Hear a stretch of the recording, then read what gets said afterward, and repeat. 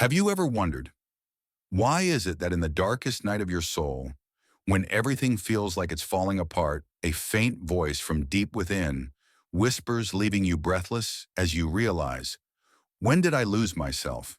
It's not fear. It's not weakness.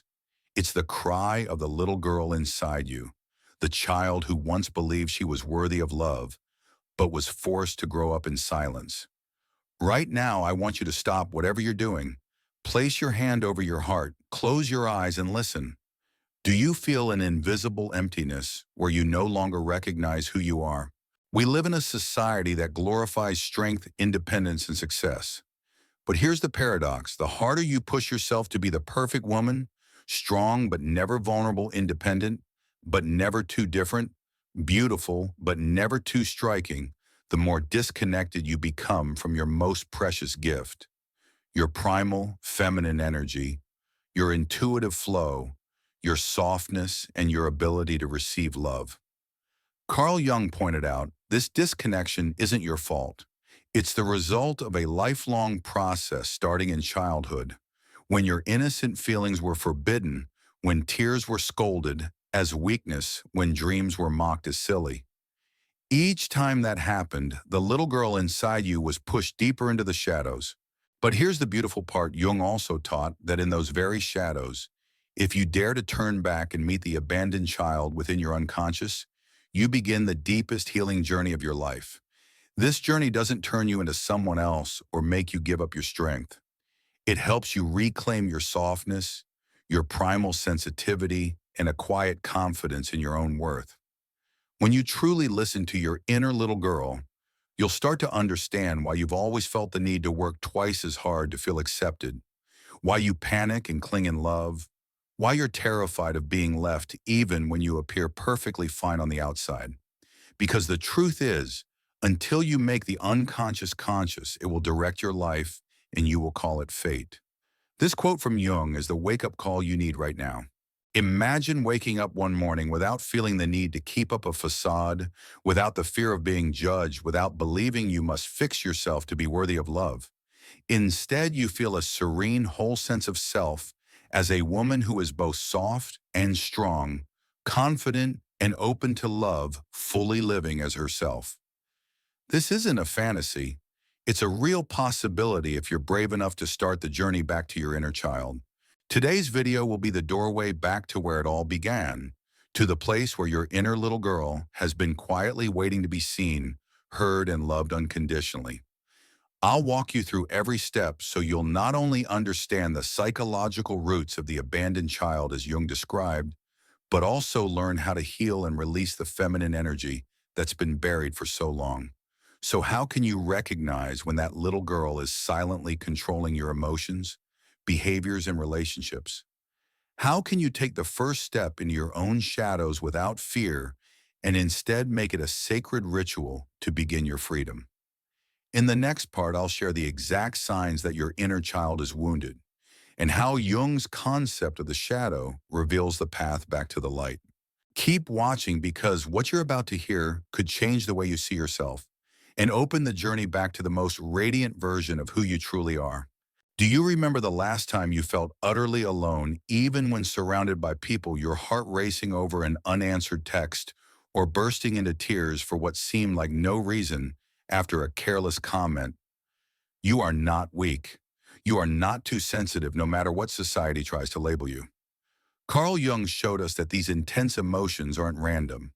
They are echoes of the abandoned child, the most primal part of your soul that was once wounded and is still silently steering your reactions and choices today. As children, we all long to be loved, heard, and free to express our feelings. But society, family, or even the people closest to you taught you that crying is weakness, anger is ugly, and sadness must be hidden if you want to be loved. To survive, you learn to bury those feelings deep inside. Jung called this the shadow, the darkness of the psyche, where everything you're afraid to acknowledge gets pushed into the unconscious. The more you suppress, the bigger the shadow grows, quietly hijacking your emotional life and leading you to repeat the same painful patterns in love, work, and relationships. Picture this: Emily, a 34-year-old marketing director in New York. Outwardly, she's confident, successful. No one would guess she once cried herself to sleep because her boyfriend didn't text back. In relationships, Emily always fell for emotionally unavailable distant men who kept her anxious and afraid of being abandoned. She never understood why she was addicted to relationships that left her hurt. When she finally began her healing journey, she discovered that every panic attack traced back to childhood memories of an absent father and a busy mother who tell her, "Be strong, don't be a crybaby." Her inner child learned that love always came with the fear of being left, and that clinging was the only way to feel seen. Have you ever wondered why you're drawn to people who are cold or emotionally distant, those who never truly see you? This isn't some strange type. Jung called it the compulsion to repeat, the mind's unconscious drive to recreate old wounds, desperately hoping that this time the ending will be different. This time you'll finally be loved and healed. But in reality, no one can heal those primal wounds but you. Jung also offered a profound insight: the ego develops like armor to protect the wounded child within. You become the strong, independent woman who needs no one. But this isn't freedom, it's a defensive shell. You might achieve great success, but inside you feel empty, exhausted from constantly holding it together, so no one sees your vulnerability. Here lies the painful paradox: the stronger you appear on the outside, the lonelier you feel inside. Now let's hear Sarah's story, a 29-year-old lawyer in Chicago. Sarah is sharp, assertive, fearless in court. Yet in love, she withdraws, unable to show her true feelings. Whenever she senses deep connection, she pulls away, first terrified of betrayal. She once thought this was her naturally cold personality, but through Jungian therapy, she realized it was her deep-seated fear of getting hurt, born from beatings and harsh words in childhood, when she learned that expressing emotions led to pain. To protect herself, Sarah's ego turned her into a stone woman, but inside was a trembling child yearning to be held. Jung never judged that strength, but he believed wholeness only comes when you integrate the shadow, recognizing and compassionately dialoguing with your wounded inner child instead of denying her. That's the start of individuation, the journey back to your true self where you no longer have to play a role to be loved. Only when you embrace your inner little girl will you stop chasing love like an obsession and start receiving it as a natural joy. Modern psychology confirms that childhood emotional memories are stored in your body as sensations, images, and unconscious reactions. That's why when you're rejected, criticized, or hurt today, old experiences are triggered, setting off waves of fear, insecurity, or extreme behavior. This explains why no matter how many communication skills you learn or self-help books you read, you still can't break free from unhealthy relationship patterns because the root lies in the unconscious, beyond the reach of logic. So how can you start the healing journey? While Jung didn't prescribe specific exercises, many practices inspired by his philosophy can help you face your inner child. You might look at childhood photos and speak to yourself as a loving mother would. Write letters to your inner girl saying what she's longed to hear. Or sit in meditation. Place your hand over your heart. Breathe slowly and ask, "What do you need right now?" As you begin to listen to that voice, you'll be amazed at the emotions, memories, and beliefs you've kept buried for so long. Especially for women, Jung believed that the primal feminine energy thema becomes frozen along with the wounded inner child. Healing doesn't just bring relief, it reawakens your softness, intuition, and ability to savor life, the essence of feminine power. This is why many women say they feel like they've finally come home to themselves after healing, free, inspired, and radiant. Share your story in the comments. Our community is here to listen. Because when you share, you not only heal yourself, but also help others realize they are not alone. In the next part, I'll reveal the most subtle signs of the shadow you may not even notice and how to spot the repeating patterns in your relationships, the first step to breaking free from the cycle. Don't leave the video because what you're about to hear could change the way you see yourself forever. Have you ever wondered, am I trapped in an invisible cycle of my own making?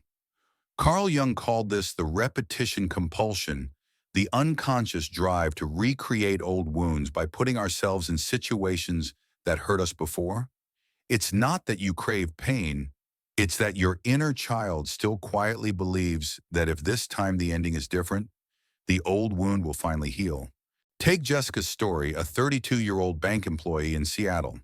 Jessica kept finding herself in relationships with partners who didn't value her. They'd make promises, break them, come and go without explanation. Each time Jessica blamed herself, maybe I'm just not good enough. She took countless dating and communication courses, yet nothing changed. It wasn't until she began therapy that Jessica uncovered a childhood pattern waiting for her father to pick her up after school, only to be left alone. Every night her mother would comfort her sobs over that abandonment. Jessica had grown up believing love always meant desperately waiting for someone who might never show up. Her inner child kept pulling her into the same heartbreak over and over. Do you see yourself in Jessica's story?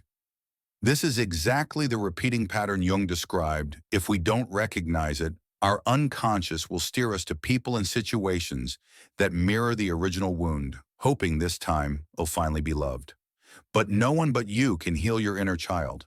Jung believed that every negative emotion you feel repeatedly, fear, anxiety, unexplained anger, is a clue pointing you back to the original hurt. For instance, if you feel extreme insecurity when your partner is busy or your boss doesn't respond right away, it may stem from childhood memories of feeling ignored or overlooked. Your current feelings aren't overreactions. They're the voice of the child who once endured indifference. The hardest part of this journey isn't understanding the theory. It's having the courage to sit with your feelings instead of acting on them like sending frantic texts, trying to control others or punishing yourself. Each time you panic, instead of scolding yourself with, "In being ridiculous," place your hand over your heart. Take a deep breath and ask, does this fear truly belong to the present moment, or is it a memory from my past? Becoming aware of this gives you back your power, so you act with intention instead of letting emotions run your life. Jung emphasized that healing doesn't happen through intellectual understanding alone, but through emotional experience, because healing is not about learning something new, but remembering, accepting, and embracing your shadow. Only by integrating it can you break free from the cycle. You stop fleeing from your fear of abandonment. Stop entering relationships that drain you and start choosing from a place of freedom instead of an unconscious need to fix the past. Here's a simple practice to start before you go to sleep. Spend 5 minutes writing down the strongest emotion you felt that day. Then ask yourself, when was the first time I remember feeling this way, and who made me feel like that? By writing, you shine light into your shadow. Long-buried memories and feelings will begin to surface. That's the first step on your self-healing journey. And remember, sharing is powerful. I invite you to leave a comment below. What patterns have you recognized in your love life, work, or relationships? Or was there a moment when you realized this wasn't my fault? By sharing, you not only help yourself heal, but you also help others see they're not alone. We're here to heal together. No one has to walk this path alone. Keep in mind, when you dare to face your fears, you don't just heal yourself. You break the cycle of pain that could repeat with your children or those you love. That is the greatest gift you can give yourself and future generations. And if what I've shared resonates with you, please click like on this video now. Not just to support the channel, but to let me know you're still here with me, so I know I'm not alone on this journey either. In the next part, I'll guide you through concrete practices to connect with, nurture your inner child. Awaken your feminine energy and find true peace from within. Don't miss it, because this will be the step that turns awareness into lived experience, helping you break free from the cycle of pain once and for all. Have you ever heard Carl Jung's famous quote, "Individuation is not about becoming perfect, but about becoming yourself whole"? With both light and shadow individuation, what Jung called the journey back to oneself, is at the heart of true psychological and spiritual growth. But how can someone actually experience this process instead of just understanding it intellectually? Let's start with Sophie's story, a 36-year-old artist in San Francisco. From a young age, Sophie learned to always be cheerful to keep her mother, who often struggled with depression, from sinking deeper.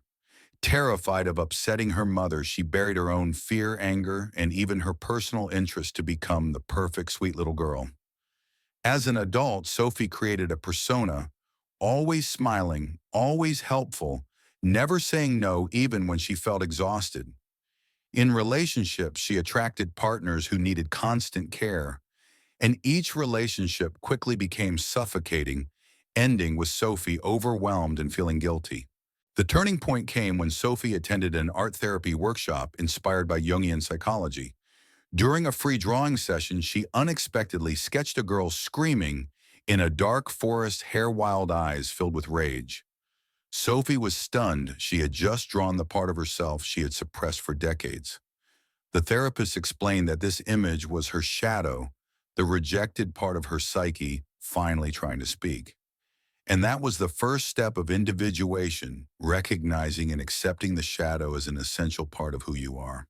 From then on, Sophie began allowing herself to feel the negative emotions she had long denied. She let herself cry, said no when she needed to, and admitted when she wasn't okay. She shared, "I felt like I was born again. I no longer needed to play the good girl just to be loved. I could simply be myself with all my contradictions." This individuation, a journey back to your true self, not to become an ideal, but to live in alignment with your whole authentic nature. Individuation isn't just a theory for psychology enthusiasts. It's present in our daily lives. Every time you ask yourself questions like, whose expectations am I really living by? Or is this belief truly mine? Or did I inherit it from someone else? Or what makes me feel whole? You are walking the path of individuation. What's remarkable is that individuation is universal. It's not limited to ordinary people. Even famous figures have traveled this path. For example, Oprah Winfrey once shared that growing up amid abuse and poverty, she believed she was unworthy. It was only when she faced her fear of rejection, confronted deep pain, and learned to accept herself that she transformed her life, becoming a global symbol of empowerment. Oprah has said, "The greatest lesson I learned is to stop seeking validation from outside and instead look within where you've always been enough." That's the spirit of individuation Jung described. Jung emphasized that individuation is a linear climb of achievements, but a spiraling journey inward, diving into the unconscious, facing old wounds, and recognizing the archetypes living within you, the inner child, the rebel, the wise elder, and more. Only when you integrate all these aspects do you break free from the feeling of fragmentation, the sense of always needing to play a role, and start living a life of freedom and wholeness. The beauty of individuation is that when you start accepting the parts you once thought of as flaws, your vulnerability, jealousy, fears, they stop controlling you. As Jung wrote, "We do not become whole by denying parts of ourselves, but by integrating them." This isn't about perfection, but about unity, where you no longer have to prove your worth to anyone. So how can you begin this journey?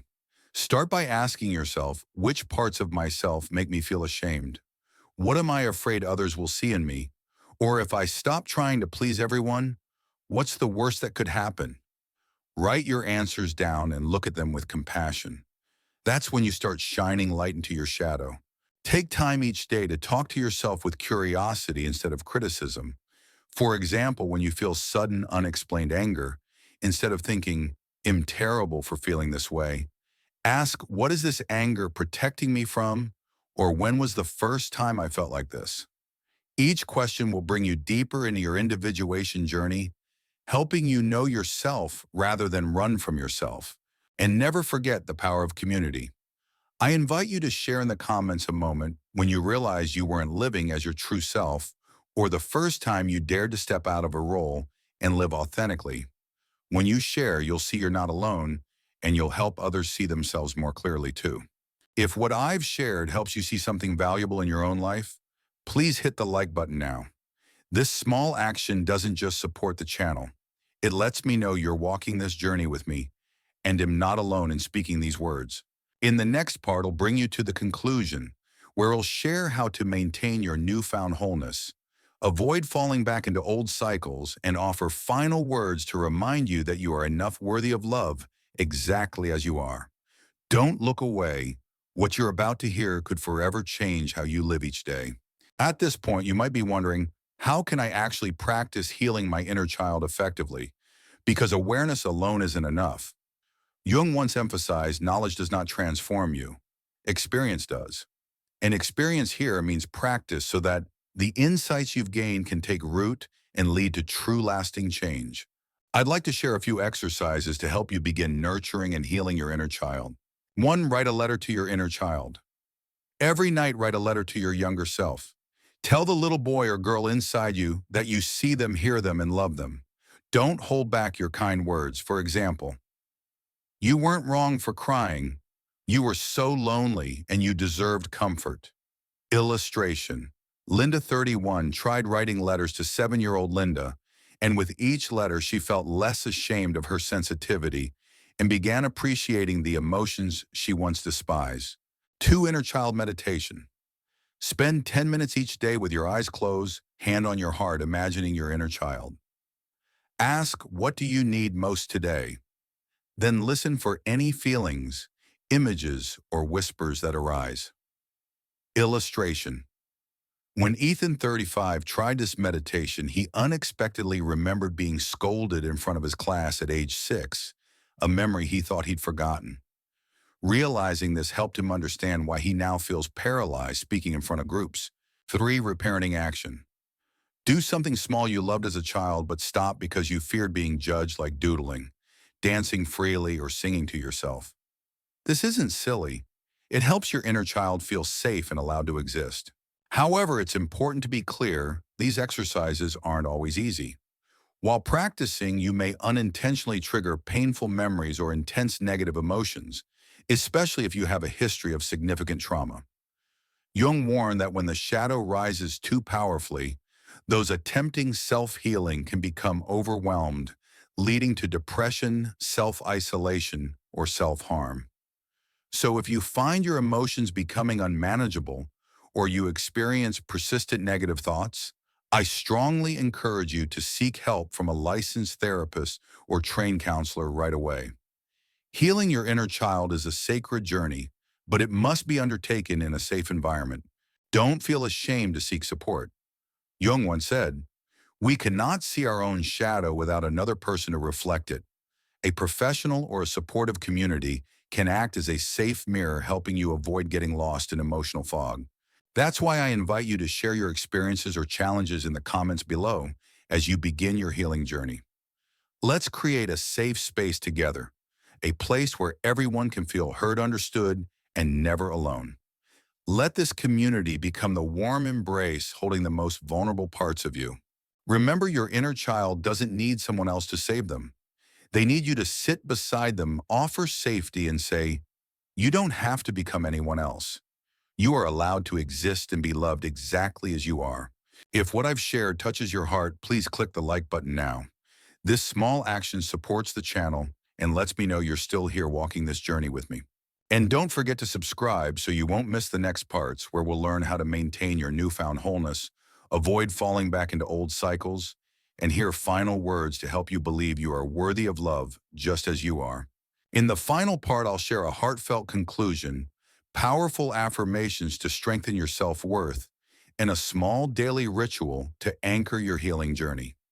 Stay with me, because the ending could become the turning point you've always dreamed of for your life. Did you know that according to research by the American Psychological Association, APA, over 62% of American women report experiencing some form of emotional wounding in childhood, including abandonment, constant comparison, or having their feelings dismissed? This number shows you're not alone if you carry these invisible scars. Jung once said, "Nothing has a stronger influence on a person's development than emotional rejection experienced in childhood." But here's the beautiful truth. When you're brave enough to recognize and heal these wounds, you don't just free yourself. You break the cycle of passing pain on to future generations. Let me share Marissa's story. She's 38, an IT specialist in Houston. As a child, Marissa grew up with a mother who constantly criticized her and a father who was emotionally distant. Whenever she expressed feelings, she was called a drama queen. So Marissa grew up believing she was too much to be loved. In relationships, she avoided sharing her needs or setting boundaries, hoping that by being accommodating, she could keep people from leaving. But every relationship ended the same way, with sudden silence, abandonment, and Marissa sinking into despair, blaming herself for being too sensitive, too much to handle. Everything changed when Marissa joined a Jungian therapy support group. For the first time, she was encouraged to share her deepest fears without being mocked. She learned about the compulsion to repeat why she kept choosing partners who were emotionally unavailable. She practiced writing letters to little Marissa and allowed herself to cry in front of others. After 6 months, she began setting boundaries, saying no when she needed to, and for the first time experienced a relationship that wasn't ruled by fear of abandonment. Marissa shared, "I no longer have to play a role to be loved. I feel safe within myself." Marissa's story isn't unique. Research shows women who experienced emotional abandonment in childhood are more likely to develop anxious attachment, leading them to either cling desperately or avoid love altogether to protect themselves. Understanding the psychological mechanism helps you stop blaming yourself and instead start looking at your pain with compassion. That's the first step toward individuation, the journey back to wholeness, where past wounds no longer dictate your path. You can start just like Marissa did, reflect on patterns in your relationships. For example, do you find yourself drawn to partners who refuse to commit?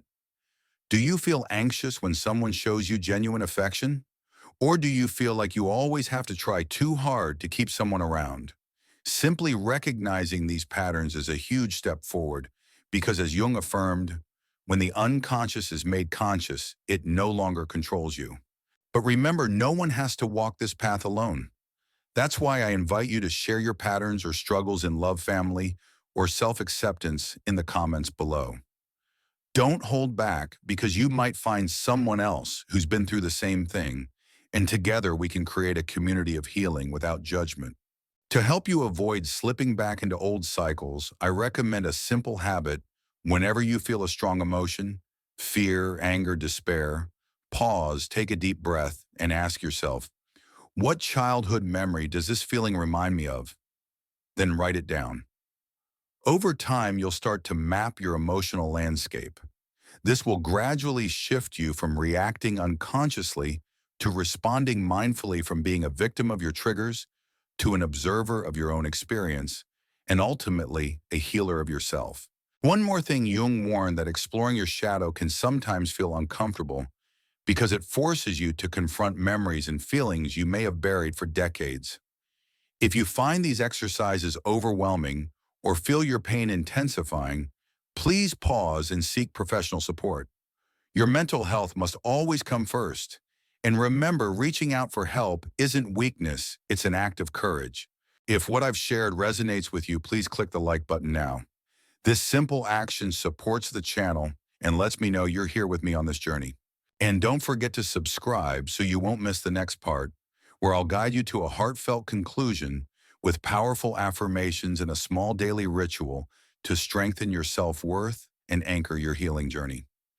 Don't miss it, because the final part could be the breakthrough that frees you from the haunting feeling of "I'm not enough" and brings you back to your whole worthy self. Dear friend, if you've journeyed with me all the way to this moment, please allow me to say this from my heart. You've done something extraordinary. You dared to sit with yourself, to look deeply into the hidden corners, and to listen to a voice you may have ignored for so long. The cry of your inner child, the tender part of you that Jung believed is the very key to your wholeness. Jung once said, one does not become enlightened by imagining figures of light, but by making the darkness conscious.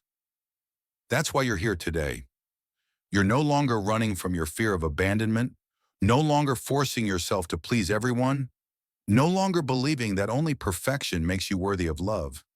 In the moment you bravely chose to face yourself, you took your first step on the path of individuation, the journey back to your true self, whole, beautifully complex, and entirely yours.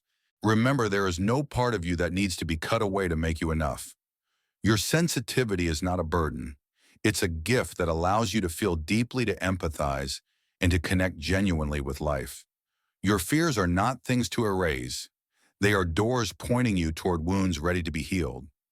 When you embrace every part of yourself, from your strength to your vulnerability, you will stop living like an actor in an old script and start writing a new story of your own. I hope you will allow yourself to believe you don't need to seek your worth outside of yourself. You are worthy from the moment you were born. The child within you deserves to be loved, comforted, free to cry, laugh, and dream. And you, the woman you are today, can become the gentle mother to yourself a little more each day until you no longer fear being left, no longer feel not enough, and no longer fear your own self. To ensure this journey doesn't end with this video, I invite you to comment below with the biggest insight you gained today, or share an encouraging word for any woman reading the comments who still feels afraid or unworthy of love. Because when you speak up, you don't just heal yourself, you help light the way for others too. And if you found value in what I've shared, please click the like button. This small yet powerful action sends a signal, I'm here. I'm ready for the journey home. Don't forget to subscribe and turn on notifications, because each week you'll continue bringing you videos to help you dive deeper into your psyche, heal and unlock the hidden power within, so you don't just survive but truly live. Believe this, you are not alone. Thousands of women are walking this path alongside you, and here we are, a community, a place where pain is understood, joy is celebrated, and freedom is nurtured. You don't have to be strong on your own anymore. Thank you for spending your time with me in this video. And please never forget, you are enough. You have always been enough. You are worthy of a love that begins in your own heart. I look forward to seeing you in the next video, where together we'll go even deeper into the journey of coming home to yourself.